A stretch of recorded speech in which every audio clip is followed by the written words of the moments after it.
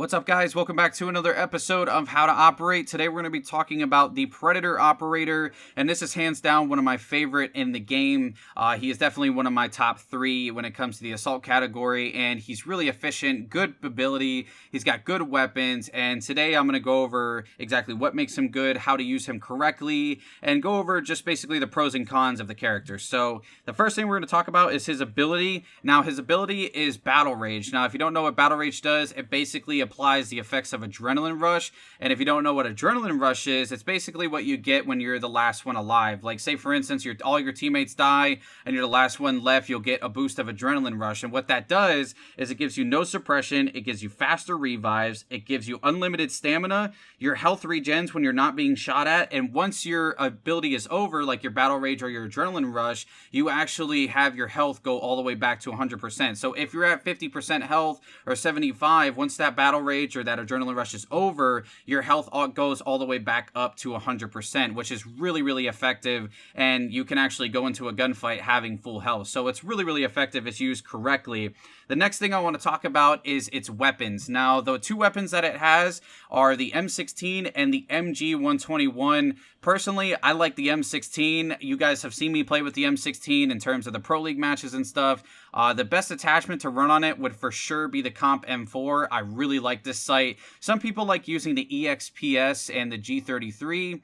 Some people like using the ACOG. Some people even use the panoramic sight. But personally, I like using the Comp M4. And one of my buddies, Golden Hitmonlee, actually told me, because before I was using the panoramic sight, and he's like, dude, have you tried the Comp M4? And I said, no, I haven't. And ever since I tried this Comp M4, I have fell in love with this freaking gun, because what the Comp M4 does in terms of all the other scopes, well, at least we'll use the panoramic for example. When I used the panoramic and then I switched to the Comp M4 actually gave me more accuracy and it gave me more range. Now, you can use the ACOG scope, which actually further gives you more accuracy and, a little bit less handling, but I would personally go with the Comp M4, because the thing is with the ACOG scope is that you don't really deem efficient when it comes to the close range fights. So with the Comp M4, you can do long, medium range, and you can also do short range. So it's really useful. Definitely recommend the Comp M4. But out of the 2 weapons, when it comes to the light machine gun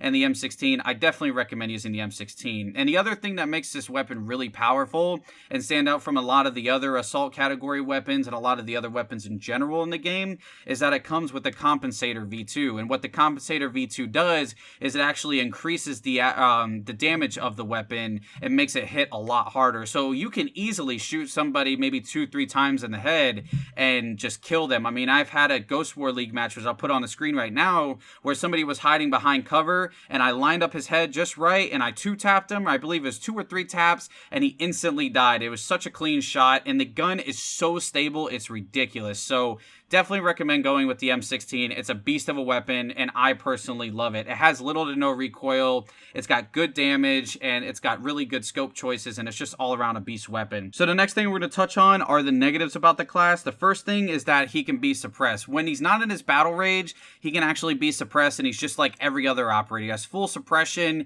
he can be suppressed by the Enforcer, and he's pretty much deemed useless when you get in a gunfight unless you can stable your aim enough to actually kill somebody once you're suppressed. So that's one downside of him, and if your ability isn't ready, you have to be very selective as to which gunfights you engage in. Like if you're going up against a point man or an enforcer or something else where you can actually get fully suppressed and the point man obviously can't get suppressed, you have to be really careful as to what you challenge. So just keep that in mind. Another thing is that he can be flashbanged. Now, this is a huge thing that irks me. When I activate my Battle Rage and I'm like really confident in killing somebody and all they have to do is just throw a flashbang at me, I'm fully flashed, I can't do anything, and I basically waste half of my Battle Rage. And by the time I come out of this flashbang, I already have 2 or 3 guys ganging up on me and his teammate calling out, hey man, there's a predator here, I flashed him, getting up on him, and then I end up dead. So that's really irritating. So you have to be really careful, once again, what you challenge. And if you challenge like a point man, it's a one-on-one. You challenge a point man, he has immunity to flashbang, so all he has to do is throw 3 or 4 flashbangs at his feet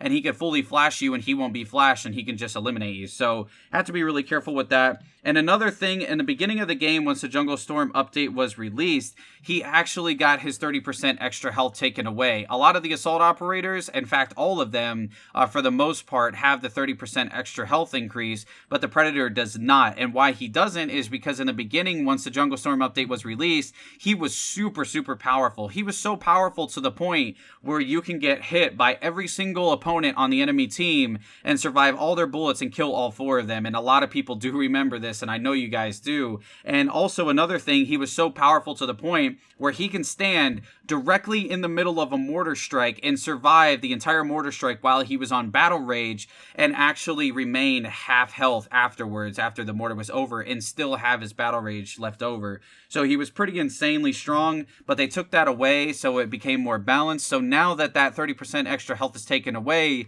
the Predator is a one-shot operator for the sniper to kill. So you have to be really careful as to how you position yourself and make sure that you don't get wall banged and make sure that you don't get in a line of sight of a sniper, because you will not be able to survive that sniper shot like the point man, the tank, the tech, the disruptor, and the echelon as well. So the last thing we're going to touch on is how to use the battle rage efficiently. I personally feel that if you don't get a kill or a revive within your battle rage, I think that you have completely wasted it. I see a lot of people use the battle rage strictly for the stamina. Like, the best example I can give is jungle base. People like to use this operator, activate the battle rage, and as soon as you mark them, you'll see that battle rage pop up, and they use it so they can get the extra stamina to get to the middle building first. The only problem is if you're marked or if people see that you're using the battle rage, they'll actually go away from the building and not challenge you if they're smart enough, so you'll completely waste your battle rage. So you have that adrenaline rush, it gives you quicker revives, you know, you have regen, you have unlimited stamina, you have no suppression, all that good stuff, and all of that has gone to waste because you wanted to get to a certain area quicker than others. But if you're marked, people will see that and they'll completely go away from you, and now you can get suppressed. Now you have no more quicker revives until your ability comes back. So you need to be careful of what you use it on. Another mistake that a lot of people make is that they will get down to 50%, maybe even 75% health, and the thing is that they'll pop their battle rage to get back to 100. Now, when they do that, they usually don't engage in gunfights. They'll just sit in a secluded area. For instance, if they're in a building and they get tapped through the building, or, you know, they're sitting behind maybe a tent or something, they'll get shot at and they'll get down to that 50 or 75%, and they're like, oh, I'm just going to sit in this corner, I'm going to pop my battle rage, wait till I get full health, and then engage in another gunfight. And that's not what you want to do. What you want to do is you want to pop your battle rage, you know, when you're low health, and then you want to try to engage in a gunfight, or you want to try to go for a revive or do something different. If you can't engage in a gunfight and the enemies are too far away and the restock is close, I recommend you restock instead of popping your battle rage. And if your restock isn't in a great place and you know that the enemies have a line of sight on you and they will kill you if you go to restock, then that's the perfect time to pop battle rage. The only thing is that you have to make the most out of it. So maybe when you pop your battle rage, you want to challenge the person that's shooting at you if he's close enough, or you want to try to go for that one revive of the person that's in a secluded area on your team.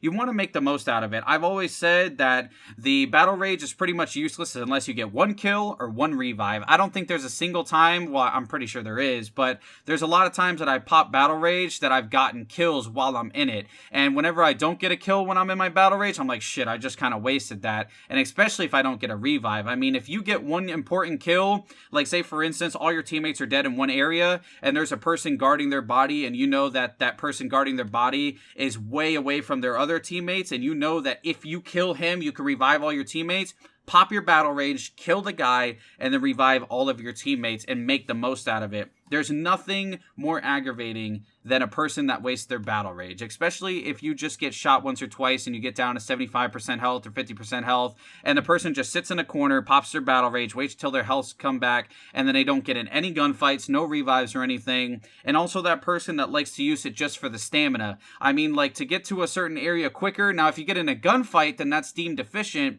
but the thing is that you always can't count on that. So you need to be smart with your choices. And also, when you get in your battle rage, you can challenge practically any operator in this game. You know, you have your adrenaline rush, you have your no suppression, your extra stamina, your health regen, you know, and also when your battle rush is over, you actually have your health all the way at 100%. And you also have those quicker revives. So you can challenge the point man, you can challenge the tank, you can challenge every operator in the game, especially the enforcer. If they have an enforcer, you know, you could challenge the enforcer because you have no suppression. The sniper, now when you're in your battle rage, you're no longer one shot, you're actually two shots because you have that extra adrenaline rush.